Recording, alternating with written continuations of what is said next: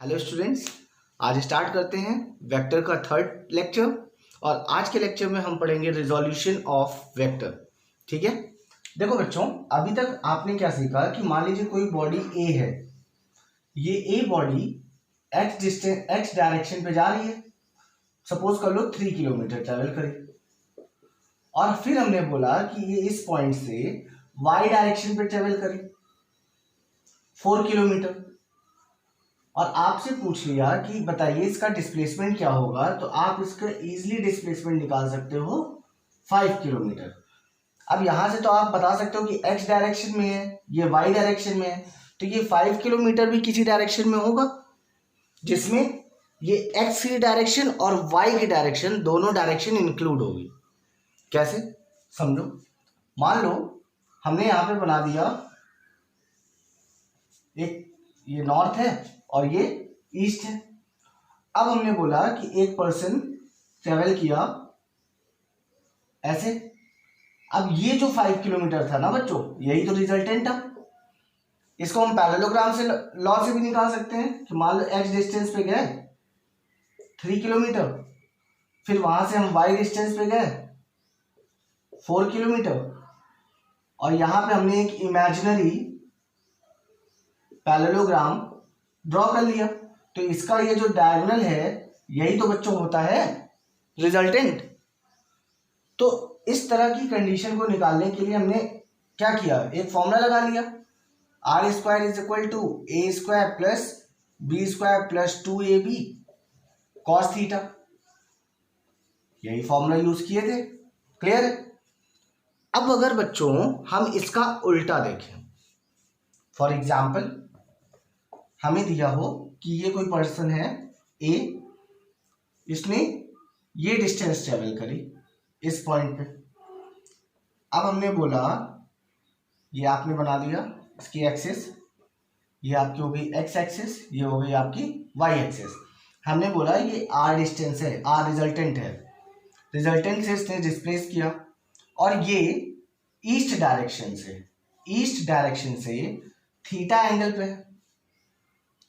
तो बच्चों हम इसके अकॉर्डिंग ये बता सकते हैं कि अगर हम यहां से परपेंडिकुलर ड्रॉ करें तो ये x में यहां कहीं गिरेगा। सपोज वही सेम वैल्यू ले लेते हैं 3 किलोमीटर, और अगर इस पे हम परपेंडिकुलर ड्रॉ करें तो ये हमारा आएगा y is equal to 4 kilometre. Clear है? अब एक बात समझो, कहीं ना कहीं आप इसको ऐसे लिख सकते हो कि r vector is equal to, अगर इसको x वेक्टर मान लें और इसको y वेक्टर मान लें, तो इन दोनों का सम ही तो होगा ये रिजल्टेंट। या इसको आप ऐसे लिख सकते हो एक्स आई कैप प्लस वाई जे कैप। अब सुनो कि अगर मान लो ये कंडीशन दी है, अब आपसे बोला जाए कि अगर हम इस डिस्प्लेसमेंट को, ये जो डिस्प्लेसमेंट है हमारी, इस डिस्प्लेसमेंट को ब्रेक करें तो क्या ये डिस्टेंस मिलेगी? मान लीजिए कि आपको पर्टिकुलर ये 3 किलोमीटर है, ये 4 किलोमीटर, ये भी तो 4 किलोमीटर यहां लिख सकते हो, तो ये 5 आया, तो क्या 5 किलोमीटर से ये मिलेंगे? नहीं, हम ये बोलेंगे कि ये जो डिस्प्लेसमेंट है ये इसके वेक्टर सम के इक्वल है। इट मींस कि इसमें से, इस डिस्प्लेसमेंट से अगर हम रिजॉल्व करेंगे, क्या करेंगे बच्चों, रिजॉल्व करेंगे, तो इसके दो कंपोनेंट आएंगे। रिजॉल्व करने पर कंपोनेंट्स मिलते हैं। किसके मिलते हैं? कंपोनेंट्स मिलते हैं रिजल्टेंट के। रिजल्टेंट के कंपोनेंट्स मिलेंगे। अब बच्चों अगर रिजल्टेंट के ये कंपोनेंट्स मिल रहे हैं तो इट मींस कि ये आर है, तो ये आर का कुछ पार्ट होगा और आर का कुछ पार्ट ये होगा वाई वाला। कैसे निकालेंगे? अब यहां पे एक कॉन्सेप्ट समझ लो, इसको रफ कर देता। इसको निकालने का तरीका है कि इसमें हम चेक करेंगे कि ये थीटा एंगल पर है, तो हम ये बोल सकते हैं कि अगर हम कॉस थीटा चेक करें तो बच्चों cos theta is equal to क्या होता है, B upon H, base upon hypotenuse. Base क्या है, ये है एक्स, और इसको हाइपोटेनस क्या है, आर। तो यहां से बच्चों एक्स की डिस्टेंस क्या होगी, R cos theta. It means कि ये जो x है ये आर कॉस थीटा है, इस रिजल्टेंट का कंपोनेंट हुआ ना ये आर कॉस थीटा। सिमिलरली अगर हम साइन थीटा की बात करें तो sine theta is equal to होता है बच्चों p अपॉन एच। तो p क्या है आपका y, h क्या है r। तो यहां से अगर बच्चों y को आप सिंगल करोगे तो आपका आएगा r साइन थीटा। तो ये हो गया हमारा दूसरा कंपोनेंट। तो r के ही कंपोनेंट हुए ना ये। तो ये जो कंपोनेंट मिले ये कंपोनेंट बेटा क्या करने पे मिले, रिजॉल्व करने पे। जब r वेक्टर को आपने क्या किया, रिजॉल्व किया, या बोल सकते हो रिजोल्यूशन ऑफ वेक्टर, ये है r cos theta and r sin theta. अब एक इंपॉर्टेंट पॉइंट, जिधर थीटा होगा उधर साइड cos थीटा है और इसके इस साइड परपेंडिकुलर क्या होगा बेटा, sin थीटा होगा। इस चीज को आप नोट कर लेना, थीटा के साइड क्या होगा cos थीटा और थीटा से परपेंडिकुलर क्या होगा साइन थीटा। क्लियर है, ये cos थीटा इससे परपेंडिकुलर साइन थीटा। क्लियर हो गया। तो ये था हमारा ओवरऑल रिजोल्यूशन ऑफ वेक्टर। अब इस पे बच्चों कुछ एग्जांपल समझते हैं और उसके अकॉर्डिंग देखते हैं कि हम कंपोनेंट्स को कैसे इजीली सॉल्व कर सकते हैं। देखो अगर हम इसको रफ करें यहाँ पे और हम आपको एक एग्जांपल देते हैं, उससे आप चेक करो खुद से भी कि आप कर पा रहे हो कि नहीं। मान लो आपसे बोल दिया मैंने कि कोई बॉडी ए है, ये ए बॉडी एक्स एक्सिस से 60 डिग्री एंगल पर है और ये ट्रेवल की है 20 किलोमीटर। अब मैंने आपसे पूछा कि एक्स डायरेक्शन में ये कितना ट्रेवल किया, डिस्प्लेस किया, एक्स में कितना डिस्प्लेस किया और वाई में कितना डिस्प्लेस किया। अब बच्चों इसको कैसे करोगे, देखो आप तो पहले एक y बना लोगे और एक x बना लोगे। ये हो गया आपका x, ये हो गया आपका y। यहां से आप कंपोनेंट ऐसे गिराओगे परपेंडिकुलर, ये पॉइंट और इधर परपेंडिकुलर गिरा लो, ये हो गया आपका। अब यहां से आप क्या निकालोगे, ये 20 है तो अभी हमने पढ़ा था कि जिधर एंगल उधर उसका cos थीटा। तो आप यहाँ पे क्या लिख सकते हो 20 cos 60 और परपेंडिकुलर क्या होगा कंपोनेंट का, वो रिजल्टेंट का 20 sin 60। तो x एक्सिस पे x पर अगर डिस्प्लेसमेंट चेक करोगे आप तो बच्चों क्या आएगा 20 इंटू कॉस 60 की वैल्यू 1/2 कट किया 10 किलोमीटर। क्लियर है। y पे अगर आपसे पूछा जाए तो y पे जो डिस्प्लेसमेंट होगा वो क्या होगा 20 इंटू इसकी वैल्यू साइन 60 की √3/2। यहां से कट करोगे बेटा आपका आ जाएगा 10√3 किलोमीटर। तो ये जो आया ये आपका क्या था बेटा कंपोनेंट है इस पर्टिकुलर रिजल्टेंट के। इस तरह हम लोग इसको फाइंड कर सकते हैं। क्लियर हो रहा है। अब इसी पे बच्चों एक कॉन्सेप्ट और सीखो आप, रिजोल्यूशन ऑफ वेक्टर समझ में आया कि कोई भी रिजल्टेंट होगा उस रिजल्टेंट के कंपोनेंट्स होंगे एक्स और वाई डायरेक्शन में। इसके एग्जांपल समझो कि अगर हम आपसे बोले कि इसको रफ कर देता, इंक्लाइन प्लेन,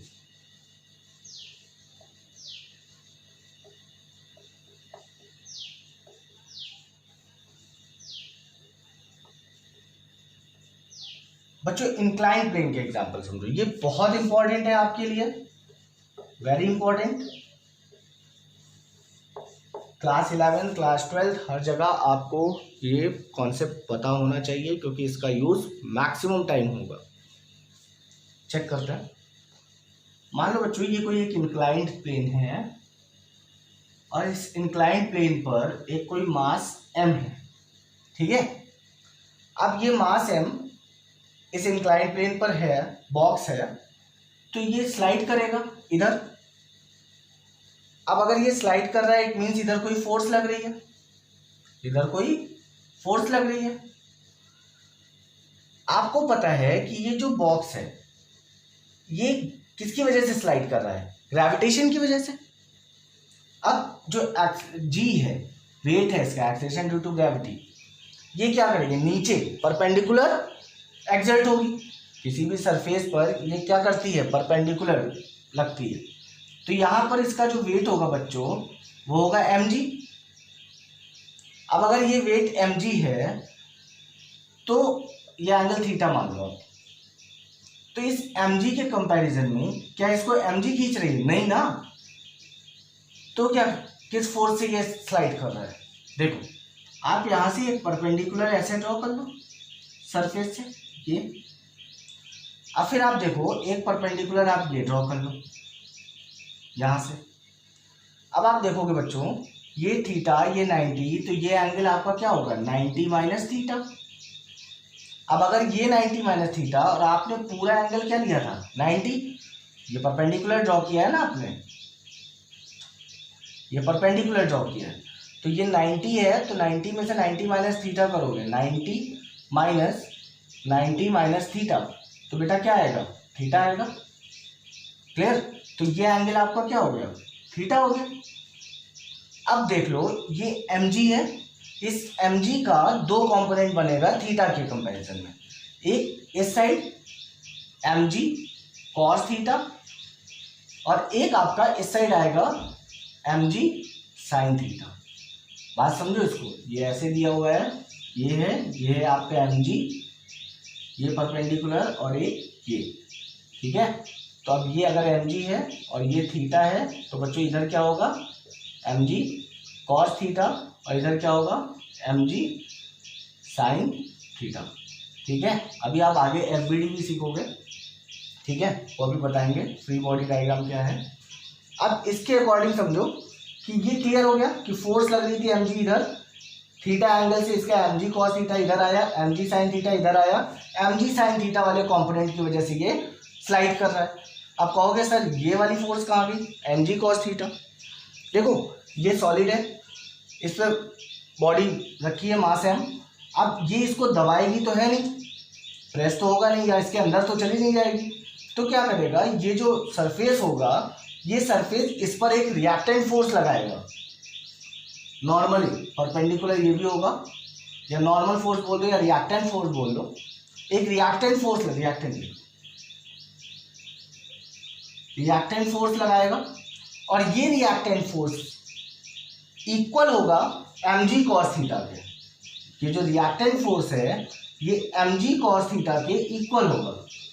अगर ऐसा नहीं होता, बात समझो, mg cos थीटा के रिएक्टेंट इक्वल नहीं होता, अगर रिएक्टेंट ज़्यादा होता तो ये ऊपर चला जाता, या अगर mg cos थीटा ज़्यादा होता तो ये अंदर आ जाता, नीचे आ जाता, बट ऐसा नहीं हुआ। इट मीन्स कि r is equal to mg cos theta, ये दोनों की वैल्यू क्या है? इक्वल है, तो ये दोनों एक दूसरे को कैंसिल कर गए। अब ओवरऑल बॉडी किसकी वजह से स्लाइड कर रही है? mg sin theta. क्यों? क्योंकि इसको कैंसिल करने वाला कोई फोर्स ऑपोजिट में नहीं है। तो आप ये बोल सकते हो कि यहाँ पे जो स्लाइड हो रहा है, ये स्लाइड किस की वजह से हो रहा है? mg sin theta. याद रखिएगा बच्चों ये concept, mg sin theta force लगेगी, mg cos थीटा अंदर, उसको कौन कैंसिल करेगा? रिएक्टेंट या नॉर्मल फोर्स। क्लियर हो गया? कॉन्सेप्ट समझ में आया? चलिए इससे क्वेश्चन लगाता है।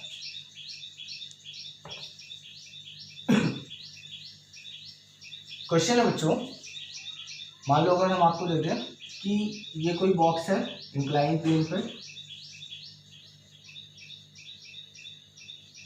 मास m का, और ये 100 न्यूटन फोर्स एक्सर्ट कर रही है, ठीक है, वेट है इसका mg दिया हुआ है, और ये एंगल आपको दिया है 60 डिग्री। आपसे पूछा है कि वो फोर्स बताइए जिस फोर्स की वजह से ये बॉडी स्लाइड ना करे। मान लो ये यहाँ पे फोर्स इधर लग रही है, तो हमें वो फोर्स बताना है जिस फोर्स की वजह से ये बॉडी स्लाइड ना करे, ये अपनी पोजीशन पे ही रहे, इक्विलिब्रियम स्टेट पे रहे। कैसे करोगे? सोचो। देखो ये 100 है, ये 60 है, आप सेम कॉन्सेप्ट, पहले कई बार डायग्राम बनाना बेटा, फिर डायरेक्ट करना। ये 60 है, ये 60 होगा इसके अकॉर्डिंग। देखो एक बात और नोटिस कर लो, दो परपेंडिकुलर, अगर इस तरह की केस दिखे तो आप दो परपेंडिकुलर ड्रॉ कर लो, दो परपेंडिकुलर के बीच का जो एंगल होगा वो ये सेम एंगल होगा, इसको आप लिख लेना कहीं पे। अब सुनो, ये 60 डिग्री है तो ये भी 60 डिग्री है, क्लियर। 60 डिग्री होने की वजह से यहाँ पे क्या हो गया, इसका कॉम्पोनेंट 100 cos 60 डिग्री, इसका कॉम्पोनेंट 100 cos sin 60 डिग्री, ये हो गया। अब बच्चों अगर इधर 100 cos 60 डिग्री है तो इसको कैंसिल करने वाला एक फोर्स होगा, रिएक्टेंट फोर्स। अब ये रिएक्टेंट किसके इक्वल होगा, 100 cos 60 डिग्री, मतलब 100 इंटू cos 60 की वैल्यू 1/2 कट किया 50 न्यूटन फोर्स है। सेम मेथड से अब आप ये सोचो कि इस फोर्स से ये स्लाइड करेगी, अगर हम सेम फोर्स ऑपोजिट डायरेक्शन में लगाएंगे तो ये बॉडी स्लाइड नहीं करेगी। तो अब हम क्या करेंगे कि यहाँ पे ऑपोजिट डायरेक्शन में कोई फोर्स F1 मान लेते हैं, तो ये F1 फोर्स किसके इक्वल होगी, 100 sin 60 डिग्री। कॉन्सेप्ट क्लियर है। तो 100 इंटू साइन 60 की वैल्यू √3/2 कैंसिल कर लो बेटा, क्या है 50√3 न्यूटन। ये आ गया आपका फोर्स। क्लियर हुआ कैसे निकला भाई, इस बॉडी को स्लाइड ना होने के लिए हमें उतनी फोर्स लगानी है जितनी फोर्स इसकी इधर लग रही है। तो इधर क्या लगेगी, mg sin theta, mg sin theta.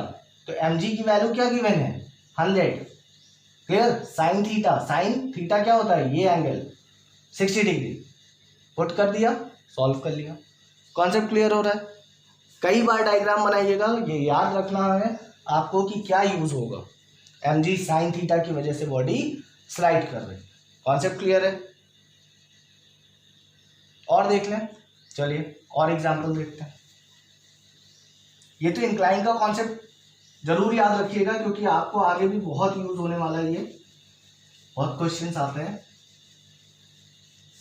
अब बच्चों हम लोग देखते हैं कि बहुत सारे फोर्स अगर एक्सर्ट हो रहे हैं तो उनके थ्रू कैसे रिजल्टेंट निकालते हैं। फॉर एग्जाम्पल आपको एक फोर्स दे दिया ऐसे, ये फोर्स दे दिया, ये मान लो F1 दिया है, ये F2 दिया है, F3 है और F4 है। अब आपसे बोला है इसका रिजल्टेंट फोर्स निकालिए। बच्चों आप सबसे पहले इस केस में एक x एक्सिस और एक y एक्सिस ड्रॉ कर लेना, और ये मान लो आप ये थीटा एंगल पे है। अब इस तरह के केस में यहाँ पे x एक्सिस लिख लो, यहाँ पे y एक्सिस। इस तरह के केस में बच्चों अब हमने सीखा है कि ये F1 है, थीटा एंगल है x एक्सिस से, तो इस साइड बच्चों क्या होगा, इसका cos theta, F1 cos theta, यही तो कंपोनेंट आएगा। इसको रिजॉल्व करोगे F1 cos थीटा, इस साइड क्या आएगा बेटा, परपेंडिकुलर आपका आएगा F1 sin थीटा। क्लियर हो रहा है। फिर अगर हम आपसे बोलें कि ये एंगल मान लो अल्फा है, तो बेटा F4 का इधर कंपोनेंट क्या आएगा, F4 cos अल्फा। इस साइड कौन सा कंपोनेंट जाएगा, F4 sin अल्फा। क्लियर है। सेम मेथड से आप इधर चेक करो, मान लो ये एंगल आपको दे दिया फाई, तो बेटा इसका इस साइड कंपोनेंट कौन सा जाएगा, F3 cos फाई। इस साइड कंपोनेंट कौन सा जाएगा, नीचे इसका कंपोनेंट कौन सा रहेगा, F3 sin फाई। अब F2 का चेक कर लो, ये एंगल कुछ मान लो बीटा मान लो, तो F2 का इधर F2 cos बीटा, और इस साइड क्या लगेगा बेटा, F2 sin बीटा। क्लियर है। अब आप यहां पे चेक करो कि आपने जब ये कंपोनेंट निकाले तो इस कंपोनेंट के निकालने से आपका क्या होगा कि ये जो 4 फोर्सेस थी इसके 8 कंपोनेंट्स हो गए। अगर आप फिर से ड्रॉ करो तो इधर क्या आएगा, F1 sine theta, F4 sine alpha, इधर बेटा क्या आया, F2 sign beta, F3 sign five, इधर आया आपका F3 cos five and F4 cos alpha, इधर आया आपका F1 cos theta and F2 cos beta. Clear है। अब यहाँ पे आपको ये केस तो पता होगा कि अगर दो फोर्सेस लग रही हैं या कोई पर्टिकुलर एक्सिस पे फोर्स लग रही है, पर्टिकुलर एक्सिस पर फोर्स लग रही है, तो आप देखोगे कि इन दो फोर्स के बीच में एक फोर्स क्रिएटर होगी जिस फोर्स के अलोंग बॉडी मूव करेगी।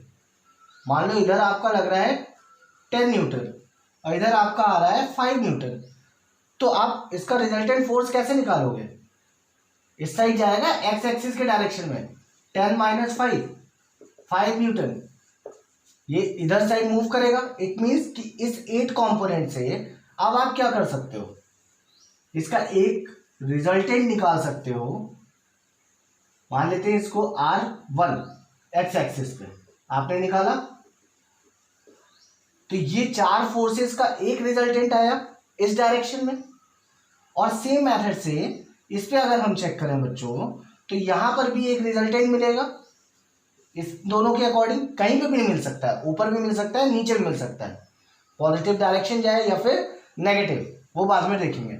बट अभी मान लेते हैं कि यहाँ पे पॉजिटिव जा रहा है, तो ये हम मान लेते हैं कि ये क्या है बेटा, R2, और ये किस एक्सिस पे है, Y एक्सिस पे। अब बच्चों ये R1 है और ये R2, अब हमारे 8 कंपोनेंट्स दो फोर्स में हो गए, दो रिजल्टेंट फोर्स हो गया, एक एक्स एक्सिस पे और एक वाई एक्सिस पे। अब बॉडी किसके अकॉर्डिंग मूव करेगी, या जिस पर्टिकुलर पॉइंट पे फोर्स लग रहा है वो किस साइड मूव करेगा, इन दोनों रिजल्टेंट का जो रिजल्टेंट होगा, ये R1 और R2 का जो रिजल्टेंट होगा उसके अलोंग ही बॉडी का क्या होगा, मूवमेंट होगा, या उसका वेक्टर ड्रॉ करेंगे ऐसे, ये होगा आपका।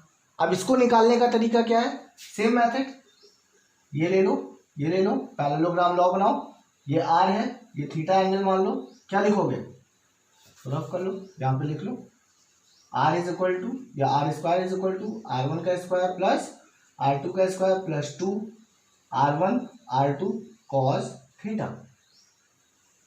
बस ये लिख लो, कॉन्सेप्ट समझ में आया, क्लियर है। तो ये एक बच्चों पूरा ओवरऑल मेथड था जिससे हम डिफरेंट फोर्सेस निकाल सकते हैं। बच्चों बोट एंड रिवर कॉन्सेप्ट समझते हैं, ठीक है। बोट एंड रिवर, ये क्या है बच्चों, देखो मान लो कि कोई रिवर है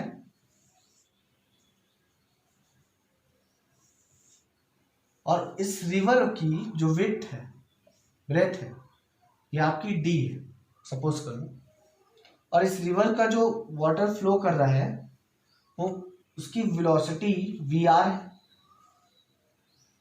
अब यहां पर कोई बोट है, ठीक है।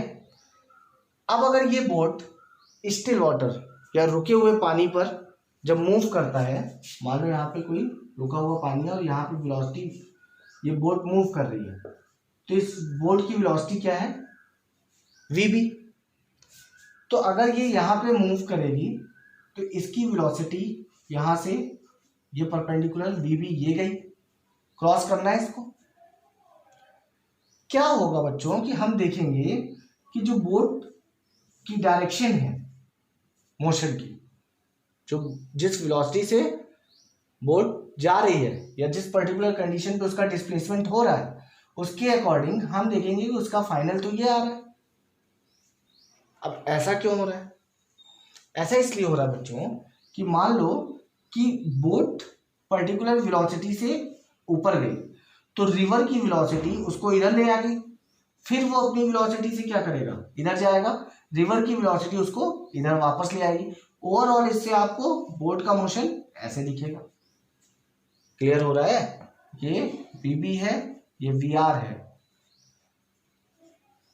क्लियर। तो ये ओवरऑल कॉन्सेप्ट आएगा।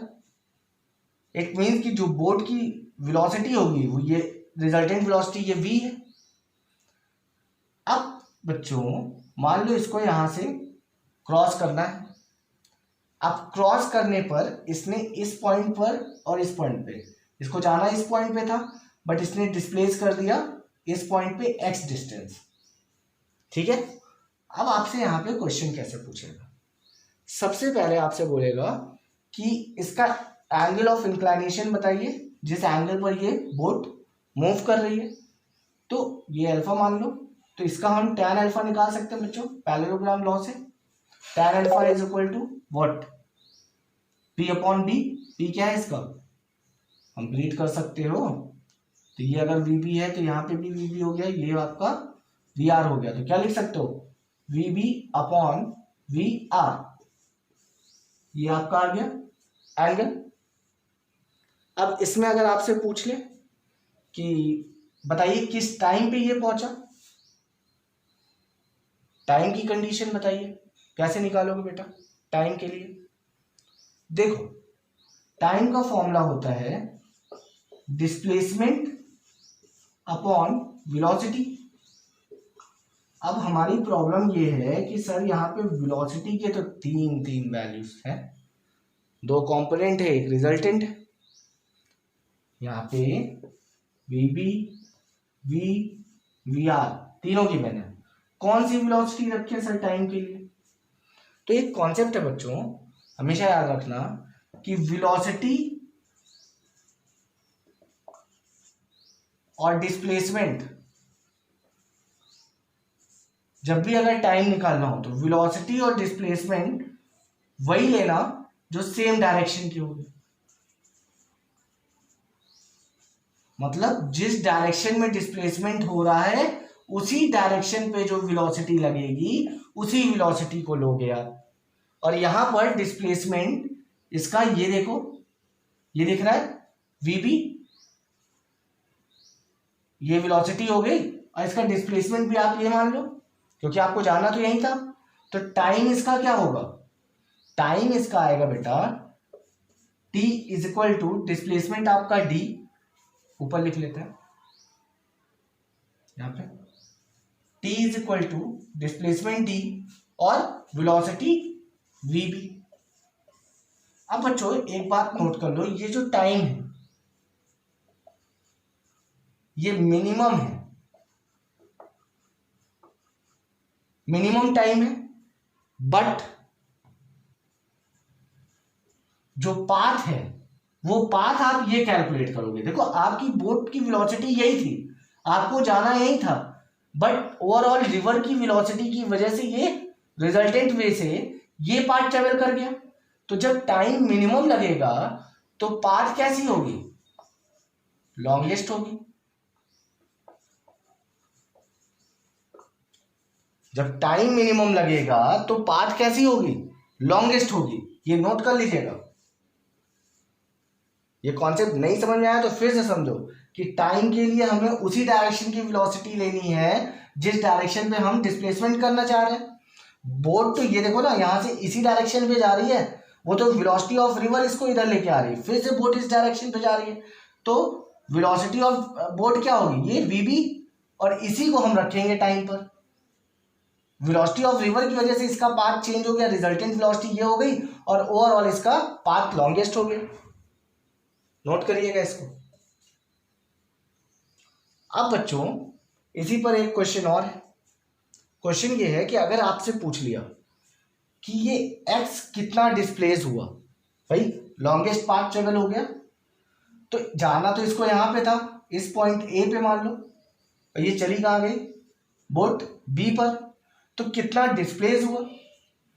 अब बच्चों अगर इसका डिस्प्लेसमेंट निकालना है तो डिस्प्लेसमेंट का फॉर्मूला क्या होगा, displacement is equal to what, velocity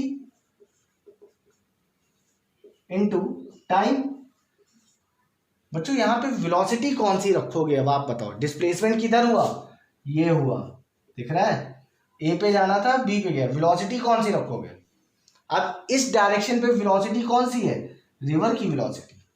तो यहां पर आप क्या रखोगे बच्चों, वी आर, मल्टीप्लाई टाइम की वैल्यू आप निकाल चुके हो डी अपॉन वी बी। तो ये था बच्चों आपका एक्स डिस्प्लेसमेंट। क्लियर है? कॉन्सेप्ट समझ में आ रहा है? कैसे निकाला हमने?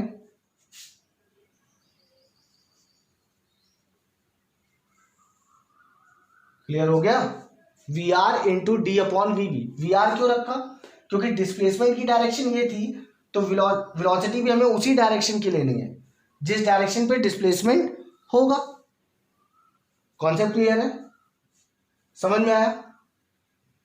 अब इस पे देखो, एक और कॉन्सेप्ट समझ लो, रफ कर दे इसको। सेकेंड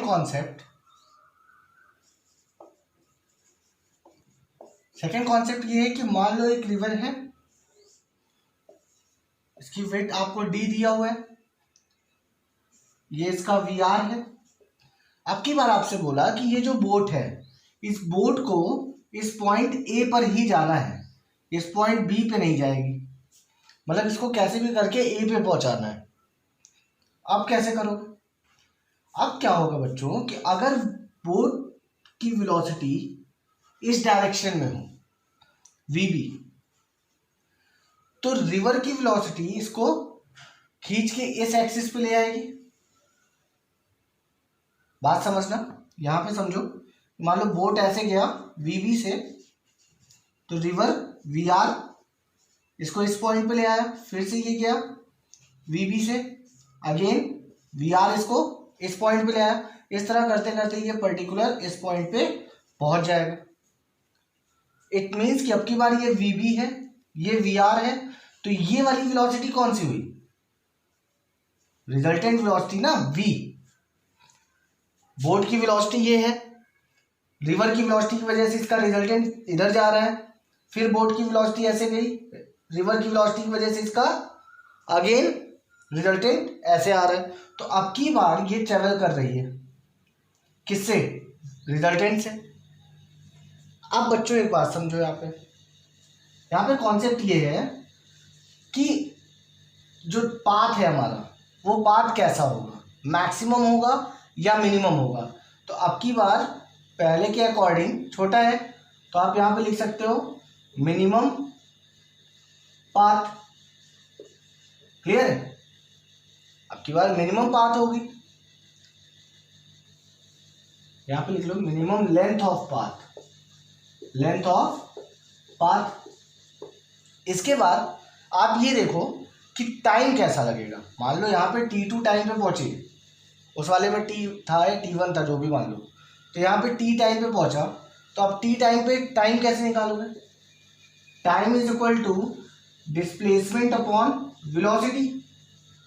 अब बच्चों डिस्प्लेसमेंट तो इसका d है, ठीक है। अब की बार वेलोसिटी कौन सी रखोगे? डिस्प्लेसमेंट की डायरेक्शन वाली। इट मीन्स अब की बार v भी नहीं रखना है, v रखना है। v रखोगे रिजल्टेंट वेलोसिटी। अब एक बात बताओ, अगर इसको पैरेललोग्राम लॉ से कंप्लीट किया जाए, या ये ट्रायंगल देख लो, ये दिख रहा है, तो ये आपको हाइपोटेनस दिख रहा है, ये बेस हो गया, ये परपेंडिकुलर हो गया, तो हाइपोटेनस बड़ा होता है ना परपेंडिकुलर से। इट मीन्स कि यहाँ पर v जो है छोटा होगा वेलोसिटी ऑफ बोट से। अब अगर रिजल्टेंट वेलोसिटी छोटी है, तो अगर यहाँ पे डिनोमिनेटर छोटा होगा, तो यहाँ पर टाइम की वैल्यू क्या होगी? इंक्रीज करेगी। टाइम की वैल्यू इंक्रीज करेगी। इट मीन्स यहाँ पे जो टाइम है वो मैक्सिमम होगा। यहाँ पे टाइम कैसा होगा? मैक्सिमम होगा, और हमारी जो लेंथ है वो मिनिमम होगी। कॉन्सेप्ट क्लियर हो गया? तो ये था बच्चों सेकंड कॉन्सेप्ट। फर्स्ट भी क्लियर हो गया, डिस्प्लेसमेंट कैसे निकालेंगे पता चल गया था, उसमें एक्स का, इसमें वेलोसिटी, रिजल्टेंट, ओवरऑल पूरा वही कॉन्सेप्ट है, बस यहाँ पे आपको ये टाइम और पाथ की नॉलेज मिल गई। Concept clear? चलिए न्यूमेरिकल्स लगाते हैं इस पर। अब बच्चों हमारे पास एक क्वेश्चन है, इस क्वेश्चन को समझिए कि रिवर की विड्थ 5 मीटर दी है, 50 मीटर, ओके, और आपको गिवन है कि एक जो बोट है वो पॉइंट ए पे पहुंचना चाह रही है। बट रिवर की वेलोसिटी 3 मीटर पर सेकेंड है और उसका जो रिजल्टेंट वेलोसिटी है वो 5 मीटर पर सेकेंड है। मान लो ये यहाँ से एंगल है 37 डिग्री। अब आपसे पूछा है कि find the time of trip. इस ट्रिप को ओवरऑल कितना टाइम लगा इस पॉइंट से उस पॉइंट पहुंचने पे। अब एक्चुअली ये ए पे तो पहुंची नहीं, ये पहुंची कहाँ, बी पे। तो अब इसके अकॉर्डिंग हम टाइम निकालेंगे। टाइम कैसे निकालेंगे बच्चों, देख लो। Time is equal to displacement upon velocity. अब की बार यहाँ पे वेलोसिटी किसकी रखोगे, देखो ये है वेलोसिटी ऑफ बोट, ये है वेलोसिटी रिजल्टेंट और ये है वेलोसिटी ऑफ रिवर। अब यहाँ पे टाइम किसकी, बोट की वेलोसिटी ये है, डिस्प्लेसमेंट हम ये ट्रेवल करना चाहते थे, कहाँ पहुंचना था उसको, ए पे, बट पहुंचा कहाँ पे, बी पर। तो ये वेलोसिटी रखेंगे, डिस्प्लेसमेंट रख लो 50। अब बच्चों वेलोसिटी, ये वेलोसिटी कितनी आएगी, ये 5 है, ये 3 है, 37 पे ये निकालोगे तो बेटा 4 आएगा। कितना आएगा, 4 आएगा। क्लियर। अब इसके अकॉर्डिंग आप सॉल्व कर लो। यहाँ पे क्या रखोगे, 4, इसको सॉल्व किया 12.5 सेकेंड। क्लियर है, मीटर में है इसलिए सेकेंड में आया आंसर। Okay, 12.5 second. अब इसी तरह बच्चों इसका पूछा है displacement between A and B. अब ये एक्स निकालना है। अब इस एक्स को निकालने के लिए displacement is equal to velocity into time. अब ये बताओ यहाँ वेलोसिटी कौन सी रखेंगे, ये है डिस्प्लेसमेंट ए टू बी, तो वेलोसिटी ऑफ रिवर 3, टाइम यही रख लो 12.5, 37.5 मीटर। क्लियर हो गया, कॉन्सेप्ट समझ में आया। ओके स्टूडेंट, तो एक क्वेश्चन आप लोगों के लिए होमवर्क है, इसको मैं समझा दे रहा हूँ। Velocity of boat with respect to river 10 metre per second. Velocity of boat with respect to river, river के रिस्पेक्ट पे बोट की वेलोसिटी 10 मीटर पर सेकेंड है। यहाँ पे डायग्राम पे देखिए रिजल्टेंट है। If it passes the river and reaches opposite to shore at point C. Point C पे ये पहुंची, इसको पहुंचना कहाँ पे था, इसको पहुंचना था पॉइंट बी पर, बट रिवर क्रॉस करके ये कहाँ पहुंची, पॉइंट सी पे। If the velocity of river is 3 metre per second, अगर रिवर की वेलोसिटी 3 मीटर पर सेकेंड है, find time of the trip. Time निकालना है। अब यहाँ पे टाइम कौन सा लोगे, ये अपने से कॉन्सेप्ट लगाइए। Distance between B and C, B और सी के बीच का डिस्टेंस एक्स मान लो, इसको निकालना है। याद रखना रिवर की विड्थ दी है 36 मीटर।